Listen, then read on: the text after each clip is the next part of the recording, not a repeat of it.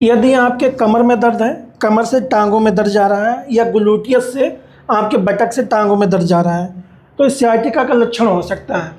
Sciatica दो तरीके से होता है, एक कमर में नस दब रहा हो जैसे L4, L5, S1, S2, S3 पे, या आपके ग्लूटियस में नस दब रहा हो पिरिफॉर्मिस मसल्स के नीचे, पिरिफॉर्मिस सिंड्रोम भी बोलते हैं। तो इसको चेक करना जरूरी होता है कि सियाटिका कौन सा है, आपके ग्लूटियस से टांगों में जा रहा है या कमर से टांगों में जा रहा है। ज़्यादातर केस में वन साइड दर्द होता है, रेयरली किसी किसी में दोनों टांगों में सियाटिका का दर्द होता है। डिस्क बल्ज होने की वजह से आपके टांगों में दर्द जाता है। इसको कैसे मैनेज करते हैं, तो सबसे पहले लक्षण इसकी जान लेते हैं। इसमें क्या होगा, नंबनेस हो सकता है, मतलब सुन्नपन या झुंझुनाहट हो सकता है, या तीखा पेन हो सकता है। चलने में कभी कभी तकलीफ देता है, कभी कभी आराम रहता है। करवट बदलने में, आप अगर बाइक चला रहे हो तो किक मारने में दिक्कत होगी। और ये पेन ऐसा होता है कि लग रहा है कोई सुई से चुभा रहा है। तो दोस्तों इसको कैसे मैनेज कर सकते हैं, आपको इसका लक्षण तो पता चल गया। इससे कुछ एक्सरसाइज होंगी। तो सबसे पहले आपको जानकारी दे दूं कि जिनको बहुत सीवियर पेन हो तो मेरी एक्सरसाइज को तब तक अवॉइड करना।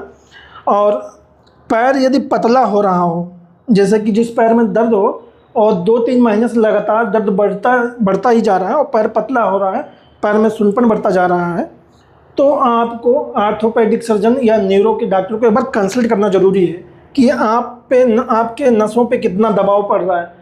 बहुत ज़्यादा दबाव तो नहीं है, पंजों पे खड़े होने में तकलीफ तो नहीं है। यदि पेशाब अपने आप से दर्द के साथ लीक होने लगा, मीन्स कि आपके पैरों में कमजोरी भी है, साथ में क्या हुआ, आपका पेशाब अपने आप से लीक हो रहा है, मतलब कंट्रोल आपका खो रहा है, तो एक कॉर्डा कर्नल सिंड्रोम हो सकता है। इसके लिए क्या करना है, आपको डॉक्टर से कंसल्ट करना, और हो सकता है तब जाके इसमें सर्जरी की ज़रूरत पड़े। 90% केस में क्या होता है, जो सियाटिका होता है वो मैनेज होता है फिजियोथेरेपी के द्वारा, और कुछ एक आध मेडिकेशन होती हैं जो आप आर्थोपेडिक या आप डी मेडिसिन से कंसल्ट करके ले सकते हो। तो मैं आपको बिना मेडिसिन का कैसे मैनेज कर सकते हो अब एक्सरसाइज बताऊंगा। 3 तरीके की एक्सरसाइज होगी। एक होगा स्ट्रेचिंग, एक होगा मसल्स को स्ट्रेंथ करने के लिए स्ट्रेंथनिंग, और एक हुआ मोमेंट, आपके जो जॉइंट हैं जैसे कि स्पाइन में फैसेट जॉइंट वगैरह हैं, तो उनको मोमेंट में लाने के लिए। तो ये 3 एक्सरसाइज बताऊंगा। सबसे पहले आपको बताता हूँ स्ट्रेचिंग।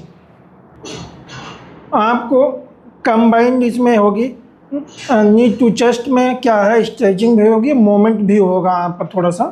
तो पैर मोड़ना, यहाँ होल्ड करना, 1 मिनट तक कम से कम इसको होल्ड करना है, फिर रिलैक्स करोगे, सेम दूसरे पैर से दोहराना है, 1 मिनट तक होल्ड देन रिलैक्स, 3 बार और रिपीट करना है। ना समझ में आए तो कमेंट करें, आपको अलग अलग पोर्शन में वीडियो भी मिल जाएगा।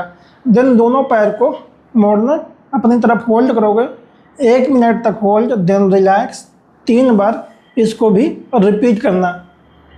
नेक्स्ट आपकी एक्सरसाइज होगी, जिस टांग में दर्द है उसको यहाँ से होल्ड करो, थोड़ा सा अपनी तरफ खींचो, जितना खींच जाए, फिर घुटना ऐसे सीधा करने की कोशिश करना, फिर पंजों को अपनी तरफ खींचना और 15 से 20 बार ऐसे अपने पंजे को आगे पीछे करना।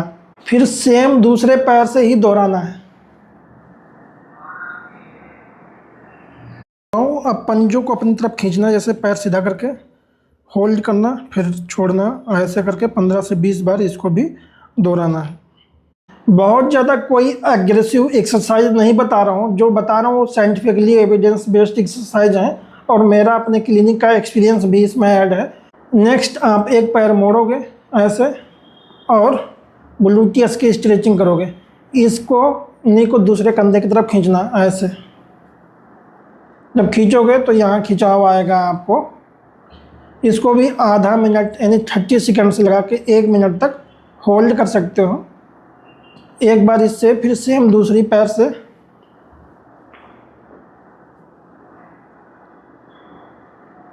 फिर रिलैक्स, 3 बार इसको भी रिपीट करना है। नेक्स्ट आपको पैर को दूसरी तरफ क्रॉस करना है और ये पेल्विक टिल्ट होगा। आप स्ट्रेचिंग के साथ पेल्विक टिल्ट, इसमें मोमेंट भी होता है। 15 से 20 सेकंड होल्ड देन रिलैक्स, दूसरा 15 से 20 सेकंड होल्ड देन रिलैक्स। इस बात का ध्यान रखें, बहुत सारे यूट्यूब पे एक्सरसाइज का वीडियो मिले, अनऑथराइज एक्सरसाइज नहीं करना। यदि कोई फिजियोथेरेपिस्ट नहीं है या कोई डॉक्टर नहीं तो उसकी एक्सरसाइज करने की ज़रूरत नहीं तो आपको हो सकता है पेन बढ़े या ना ठीक हो तो एक्सरसाइज से भरोसा भी आपका उठेगा, क्योंकि आप एक्सरसाइज शायद वो नहीं कर रहे हो जो आपको ज़रूरत है। तो सोशल मीडिया से जान परख के ही करना। नेक्स्ट आपकी एक्सरसाइज होगी, पैर मोड़ा, ऐसे रखा आपने और यहाँ बीच से हाथ निकालोगे, अपनी तरफ खींचोगे, आधा मिनट तक होल्ड, फिर रिलैक्स। सेम दूसरे पैर से,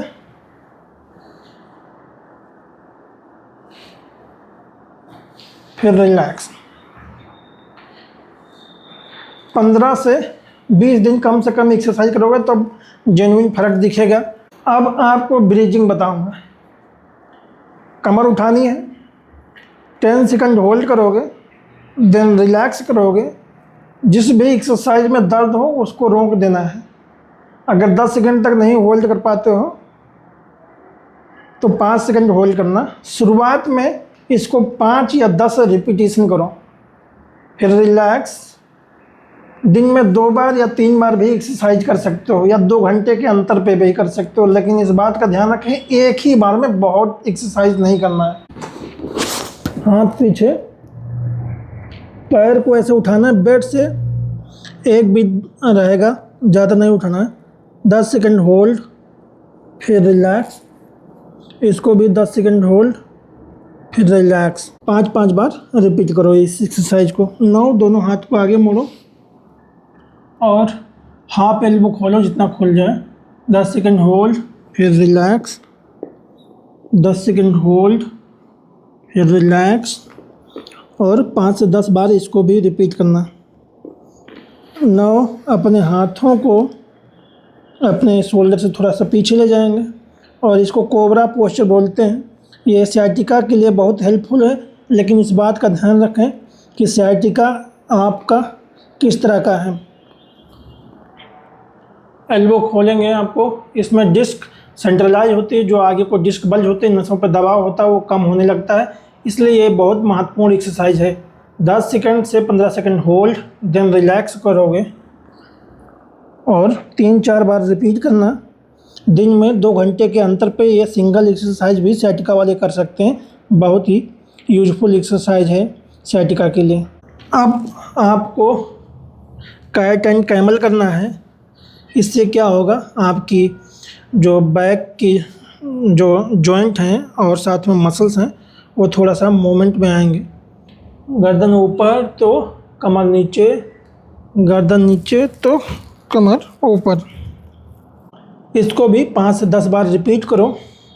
9 बेबी पोज या चाइल्ड पोज, हाथ आगे थोड़ा सा बढ़ाएंगे, पीछे अपने पैरों पे ही जाके बैठेंगे, फिर रिलैक्स ऐसे होल्ड करेंगे, फिर से बैठेंगे। 15 से 20 बार इसको रिपीट करेंगे। किसी भी प्रकार की कोई भी समस्या हो तो कमेंट करके पूछ सकते हो। नेक्स्ट आपकी एक मोबिलाइजेशन और रहेगी, नर्व मोबिलाइजेशन। सीधे बैठना है, जिस पैर में दिक्कत हो उसको सीधा करोगे, पंजों के अंदर की तरफ खींचना, साथ में गर्दन ऊपर की तरफ। पंजा अंदर की तरफ खींचा, गर्दन ऊपर, फिर धीमे धीमे पंजा नीचे, गर्दन नीचे, ऐसे ही 5 से 10 बार रिपीट करोगे। ये इसमें बैक पेन, इसमें साइटिका का मैनेजमेंट है। इसमें स्टेनोसिस जो होता है उसके लिए एक्सरसाइज इसमें सारी नहीं है। आप कोबरा पोस्चर और जो है बैक बेंडिंग पोस्चर में आप यदि होंगे तो आपको दर्द होगा स्टेनोसिस, तो ये स्टेनोसिस के लिए एक्सरसाइज नहीं है। सारी बैक पेन के लिए एक्सरसाइज नहीं है। ये कमर दर्द, कमर से टांगों में जा रहा है उसके लिए महत्वपूर्ण है। अगर आप चाहते हो स्पेशल कोई दिक्कत हो तो आप कमेंट करो, उसके लिए स्पेशल आपके लिए वीडियो बना के डाल दी जाएगी। कमेंट करें, यदि आपको कुछ फ़ायदा होता है मेरे द्वारा बताई गई एक्सरसाइज से तो एक बार कमेंट ज़रूर करा करें। और किसी भी प्रकार की समस्या मस्कुलोस्केलेटल, जैसे चाहे जॉइंट की हो चाहे मांसपेशियों की है, एक बार कमेंट ज़रूर करें, आपको रिप्लाई मिलेगा। और आप मेरे क्लिनिक पे भी आके दिखाएं। मेरे यहाँ आपको अच्छे से चेक किया जाता है मैनुअली कि आपका SLR पॉजिटिव है, नमनेस से टिंगलिंग है या पैरों पर चलने में दिक्कत है, कमज़ोर तो नहीं है या मूवमेंट में पेन है, रेंज ऑफ मोशन कितना है, बहुत सारी चीज़ें मैं चेक करता हूँ। इसके बाद डिसाइड करता हूँ कि कैसे ट्रीटमेंट होगा। मेरे यहाँ एडवांस मशीनें हैं, काफ़ी जो प्रिसाइज ट्रीटमेंट होता है उससे शॉक वेव है, लेजर है, अल्ट्रासोनिक है और डिकम्प्रेशन या ट्रैक्शन है। मेरी क्लिनिक दिल्ली में तिलक नगर में है, मेट्रो प्लेन नंबर 495 के सामने है।